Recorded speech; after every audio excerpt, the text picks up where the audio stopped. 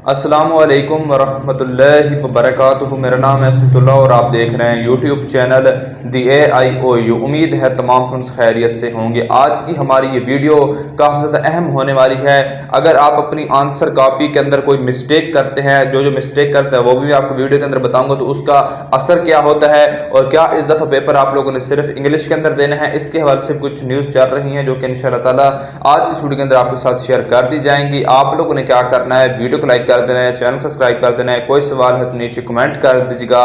तो बगैर आपका टाइम वेस्ट करते हुए अपनी वीडियो को शुरू करते हैं। सबसे पहले बात कर लेते हैं कि क्या पेपर सिर्फ इंग्लिश के अंदर देना होगा। तो मैं तकरीबन हर सेमेस्टर के अंदर ही आपको इसके हवाले से अपडेट दे देता हूँ, पेपरों के स्टार्ट में भी दे देता हूँ और मिड के अंदर अगर ज़्यादा क्वेश्चन आ जाते हैं या ज़्यादा कमेंट्स आ जाती हैं या ज़्यादा प्रॉब्लम फेस कर रहे हो तो तुलबा, तो उसके हवाले से मैं आपको बता देता हूँ। पेपर आप इंग्लिश उर्दू दोनों के अंदर दे सकते हैं। इसमें कोई भी यूनिवर्सिटी ने ऐसा कोई रूल नहीं रखा कि आपने सिर्फ इंग्लिश के अंदर ही पेपर देना है। सिर्फ उस सब्जेक्ट का पेपर आपने इंग्लिश के अंदर देना है जो सब्जेक्ट सिर्फ होता ही इंग्लिश के अंदर है, उसकी उर्दू के अंदर ना की बुक होती है ना ही उसकी उर्दू के अंदर पेपर होता है। तो वो आप लोग पेपर सिर्फ और सिर्फ इंग्लिश के अंदर देंगे। इसके अलावा बाकी तमाम पेपर जो हैं वो आप उर्दू इंग्लिश दोनों के अंदर दे सकते हैं, उसमें आपकी अपनी चॉइस होती है।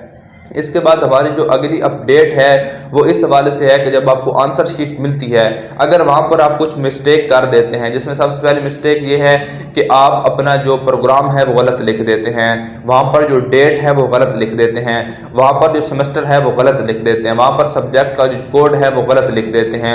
अगर ये चीज़ें आप गलत लिखते हैं तो इनसे आपके पेपर के ऊपर कोई भी असर नहीं होता। अगर वहाँ पर आप अपना रजिस्ट्रेशन नंबर गलत लिखते हैं देन आपका जो पेपर है वो हो सकता है फेल कर दिया जाए। या अगर आप अटेंडेंस जो है वो नहीं लगाते, यानी कि जो अटेंडेंस शीट आपको मिलती है वो अटेंडेंस शीट पे ऊपर आप अपनी हाजिरी वगैरह, साइन वगैरह, आंसर बुक का जो ऊपर सीरियल नंबर होता है वो आप नहीं लिखते, देन आपका सब्जेक्ट जो है वो फेल हो जाता है। तो ये दो मेजर मिस्टेक आप लोगों ने नहीं करनी। इसके अलावा बाकी अगर प्रोग्राम वगैरह गलत लिख देते हैं या डेट के अंदर कोई मिस्टेक हो जाती है, इसमें इतना कोई भी मसला नहीं बनता और ना ही इन छोटी छोटी वजूहात की बिना पर आपका यूनिवर्सिटी सब्जेक्ट फेल करती है।